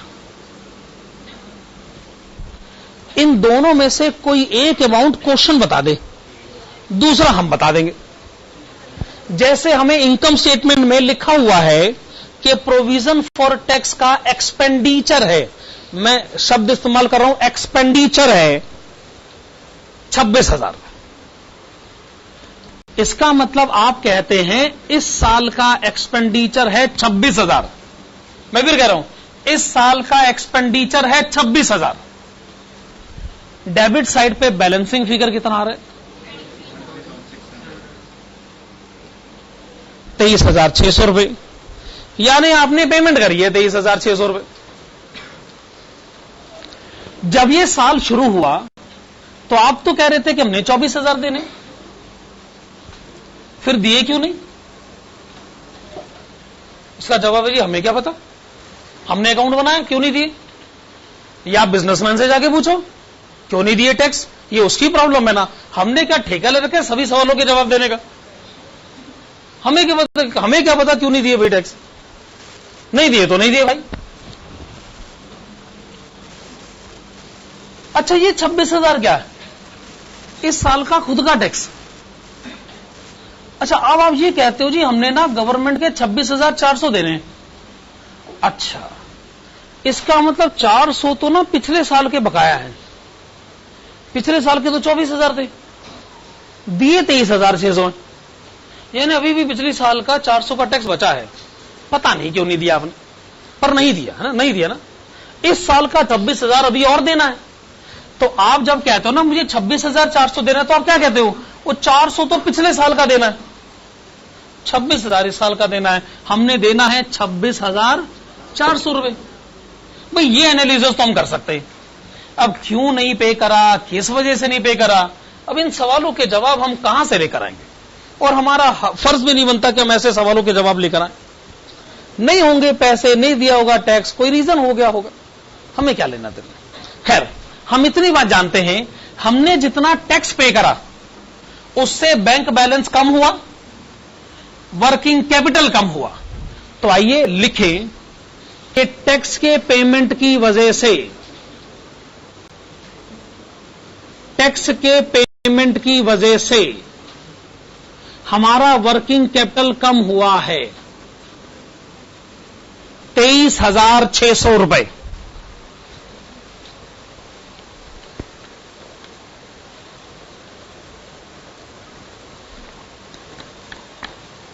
ठीक है, टैक्स की सिचुएशन डिस्कस कर ली आप लोगों ने।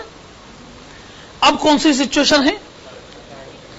प्लांट एंड इक्विपमेंट, जो एक्यूमुलेटेड डेप्रिसिएशन तो है ही, एसेट साइड पर भी लिखा है।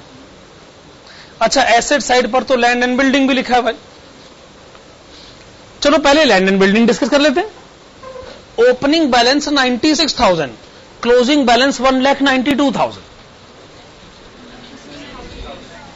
सॉरी हाँ 1,92,000। इसका क्या मतलब है? आपने लैंड एंड बिल्डिंग खरीदी है तो फिर पेमेंट भी करी होगी, पेमेंट करी है तो बैंक बैलेंस कम हुआ होगा, वर्किंग कैपिटल कम हुआ होगा, तो लिख लेते हैं इसको purchase of land and building.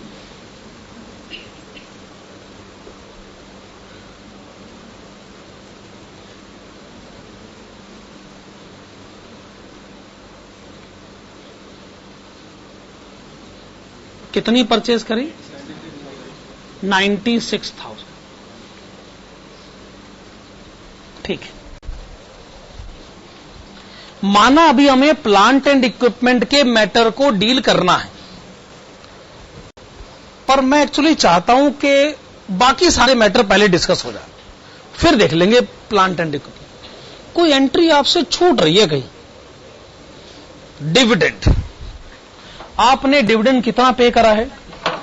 1,44,000 रुपए। भाई जितना डिविडेंड आपने पे करा है, ऑब्वियसली उसके कारण आपका वर्किंग कैपिटल कम हुआ।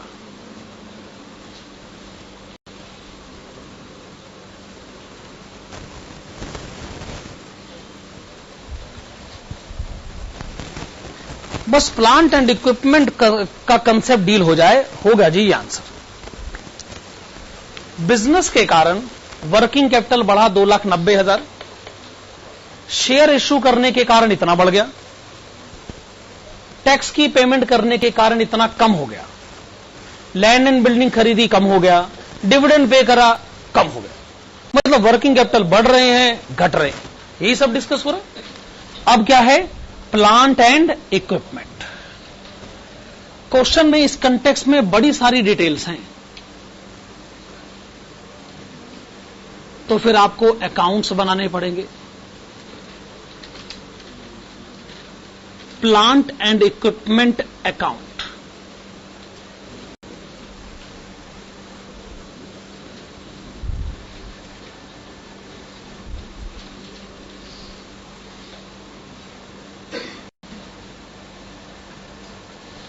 आपने बनाया plant and equipment account.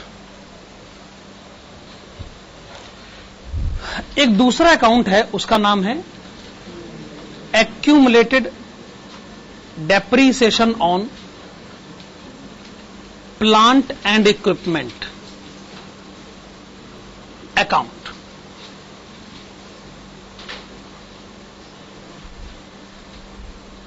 Accumulated depreciation on plant and equipment account.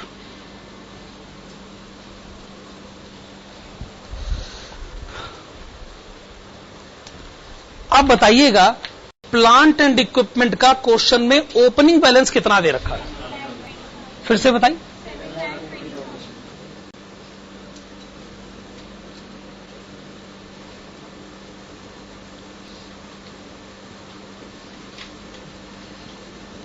Closing balance 11,52,000।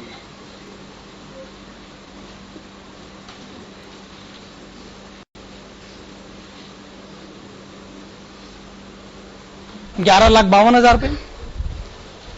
अच्छा, एक्यूमुलेटेड डेप्रीसिएशन ओपनिंग बैलेंस कितना है? 2,40,000।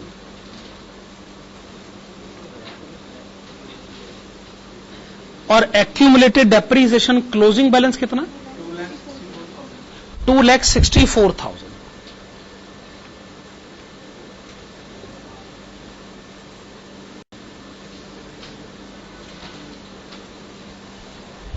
देखिए, ये बात हम जानते हैं कि आपने इस तरीके के अकाउंट्स पहले भी बना रखे, 12th क्लास में भी हो सकता है बनाए हो।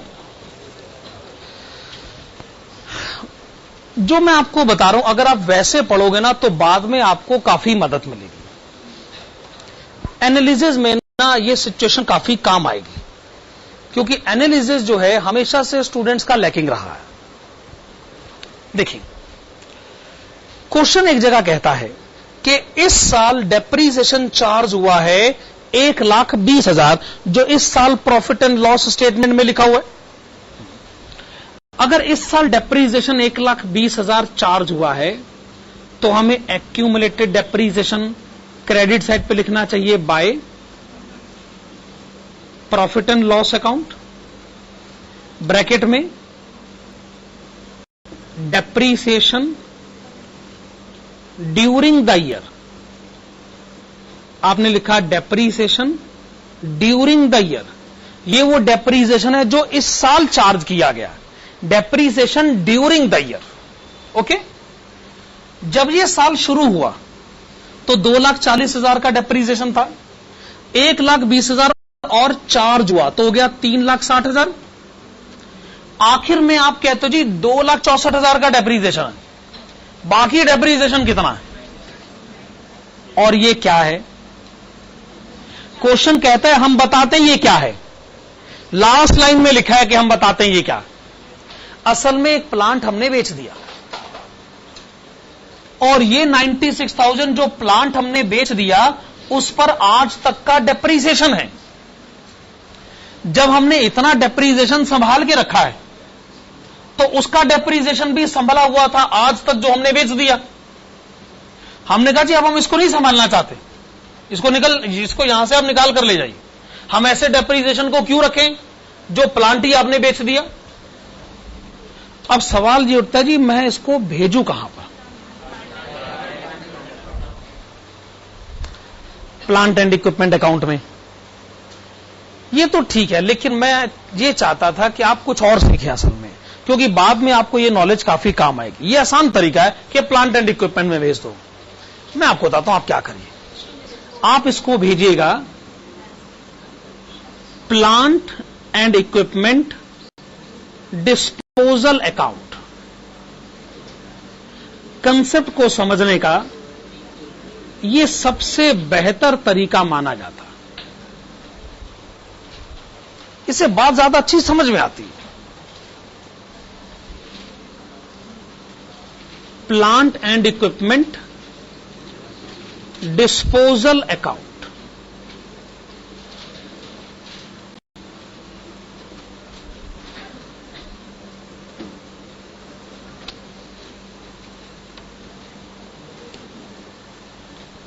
डिस्पोजल अकाउंट, तो डिस्पोजल अकाउंट की क्रेडिट साइड पर एंट्री आ जाएगी ना, बाय एक्यूमुलेटेड डेप्रीसिएशन अकाउंट 96,000। ठीक है ना। अच्छा, लास्ट लाइन में यह भी तो लिखा है कि आपने पुराना एक इक्विपमेंट जो कभी 1,44,000 का आपने खरीदा था, आज आपने बेच दिया। तो प्लांट एंड इक्विपमेंट अकाउंट कहेगा मैं इसको क्यों संभालूं, फिर मेरे हिसाब से इसको भी बाहर निकाल कर ले जाइए। 1,44,000 मैं इसको नहीं संभालना चाहता हूं, क्योंकि अब इसको बेच दिया गया है। और आप लिखेंगे by plant and equipment disposal account. Disposal account debit side पर आ जाइए to plant and equipment account.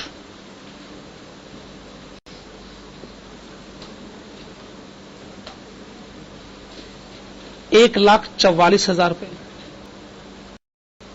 फायदा यह हो गया कि प्लांट एंड इक्विपमेंट अब पूरी तरह ग्रॉस अमाउंट है, ओरिजिनल कॉस्ट है।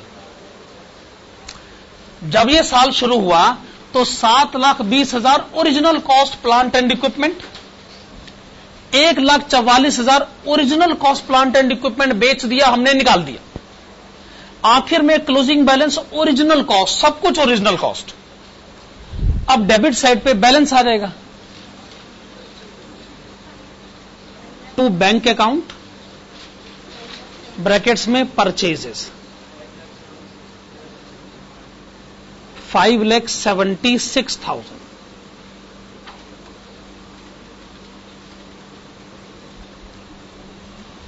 है कि नहीं? कम से कम अब हम बात को ठीक ढंग से कह तो पा रहे हैं। 5,76,000 सब कुछ ओरिजिनल कॉस्ट। अब लास्ट में आ जाइए आप डिस्पोजल अकाउंट में। 1,44,000 क्या है, जो प्लांट बेचा गया उसकी ओरिजिनल कॉस्ट। 96,000 क्या है, उस पर आज तक का डेप्रीसिएशन। अब ध्यान से सुनेगा, ये ओरिजिनल कॉस्ट, ये आज तक का डेप्रीसिएशन। आज की कीमत 1,44,000 में से 96,000 घटा दो, यानी जो प्लांट आपने बेचा उसकी आज की कीमत 48,000, 48,000। आइए इसे बेच दे बाय बैंक अकाउंट, बेच दे। आपने कहा कि इसकी आज की कीमत है 48,000, पर क्या आप इसे 24,000 के प्रॉफिट पर बेच रहे हैं? क्या आप इसे 24,000 के प्रॉफिट पर बेच रहे हैं? 48,000 तो आज की कीमत है। अगर इसे 24,000 के प्रॉफिट पे बेचा जाए, यानी आप इसे 72,000 रुपए में बेच रहे हैं, और 24,000 का जो प्रॉफिट है वो आ जाएगा डेबिट साइड पर to profit and loss account bracket में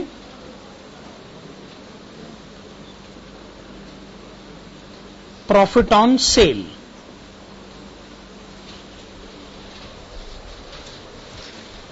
बन गए तीनों account.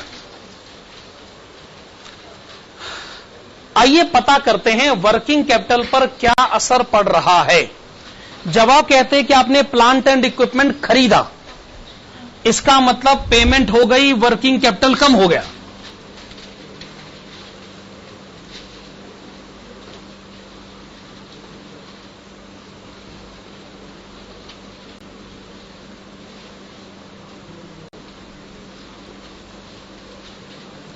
Purchase of plant and equipment 5,76,000। जब आप कहते हैं कि आपने प्लांट एंड इक्विपमेंट बेच दिया, बैंक बैलेंस बढ़ गया, वर्किंग कैपिटल बढ़ गया।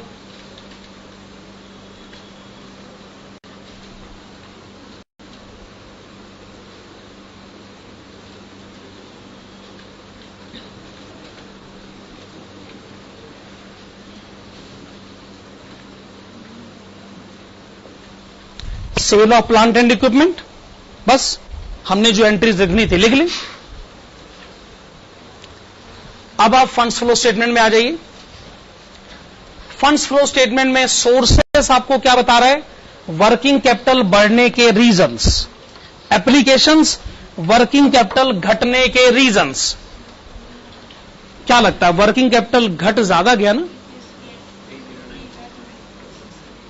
डिक्रीज का एप्लीकेशंस का टोटल क्या है?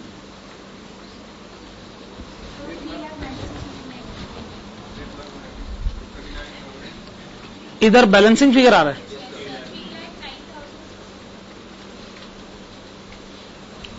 $3,09,600। एप्लीकेशंस का टोटल ज्यादा पाया गया, सोर्सेस का टोटल कम है। तो बैलेंसिंग फिगर अगर इधर आ जाए तो उसको हम कहना चाहेंगे net decrease in working capital.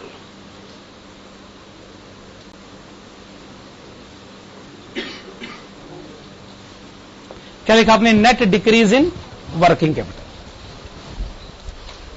यह फंड्स फ्लो स्टेटमेंट का आंसर है। इसके आंसर के लास्ट स्टेप में क्या करना होता है? हमें अपने आंसर को वेरीफाई करना है, वेरिफिकेशन। और वेरिफिकेशन पूरी तरह ऑप्शनल है, आप चाहे तो वेरीफाई ना करें। पर कई बार मैंने देखा क्वेश्चन में वेरिफिकेशन पूछ भी लिया जाता है, फिर वो ऑप्शनल नहीं रहेगा। इसका वेरिफिकेशन प्रोसीजर क्या है? एक स्टेटमेंट बनानी पड़ती है, उसको कहते हैं schedule of changes in working capital. ये जो स्टेटमेंट बनाई जाएगी ये पूरी तरह मैथमेटिकल स्टेटमेंट है। इसको भी मैं कहूंगा कि अकाउंटिंग लॉजिक से कंपेयर मत करिएगा, बस एक मैथमेटिकल स्टेटमेंट और कुछ।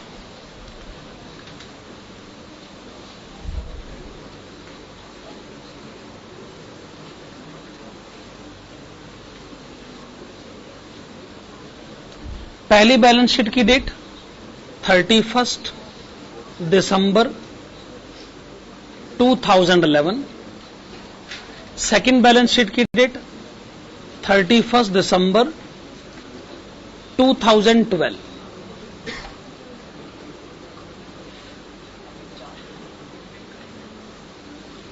लास्ट में वर्किंग कैपिटल, और वर्किंग कैपिटल में दो पॉइंट्स डिस्कस करने होते हैं, एक इंक्रीज और दूसरा डिक्रीज।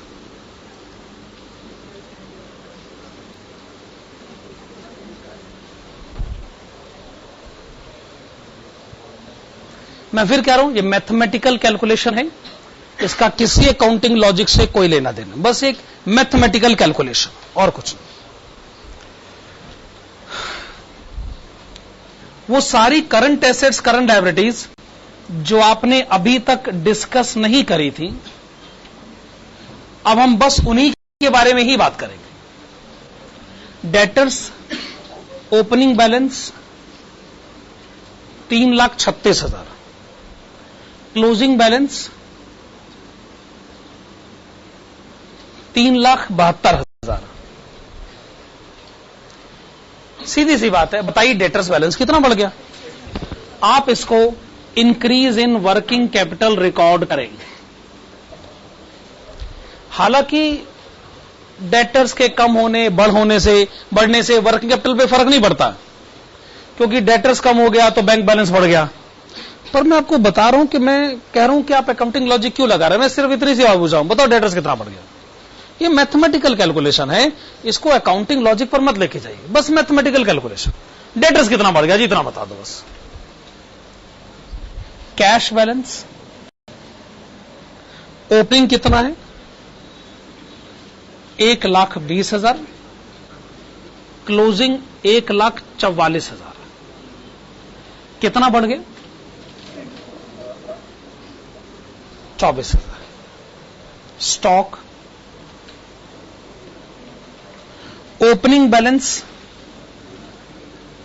5,28,000, closing balance 1,92,000। कितना, 3,36,000। इसको डिक्रीज की तरफ आप लिखना चाहेंगे। एडवांसेस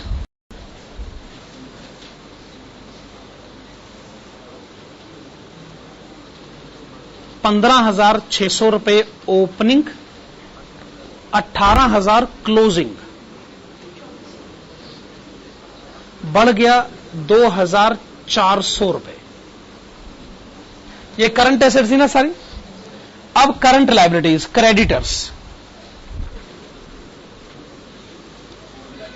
क्रेडिटर्स का ओपनिंग बैलेंस है 4,80,000। क्रेडिटर्स का कम होना, इसका मतलब ये तो अच्छी बात है ना, क्रेडिटर्स कम हो गए, करंट लायबिलिटी कम हो गई, वर्किंग कैपिटल बढ़ गया, है ना। वर्किंग कैपिटल बढ़ गया कितना, 12,000। लास्ट में है outstanding expenses, opening balance 48,000, closing balance. तो अगर लायबिलिटी बढ़ जाए तो इसका मतलब वर्किंग कैपिटल तो कम हो गया। कितना कम हो गया, सारी करंट एसेट करंट लायबिलिटीज आप लिख चुके हैं। चलो करंट एसेट्स का सॉरी इंक्रीज साइड का टोटल बताएंगे, फिर से बताइए। 74,400, ये आपने मुझे इंक्रीज साइड का टोटल बताया। डिक्रीज साइड का टोटल 3,84,000। तो आप देख रहे हैं कि डिक्रीज का टोटल ज्यादा है,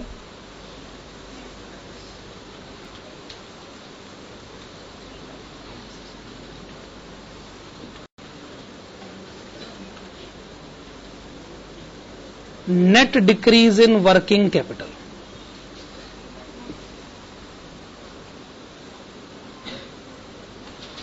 इन दोनों का डिफरेंस पता कर लेते।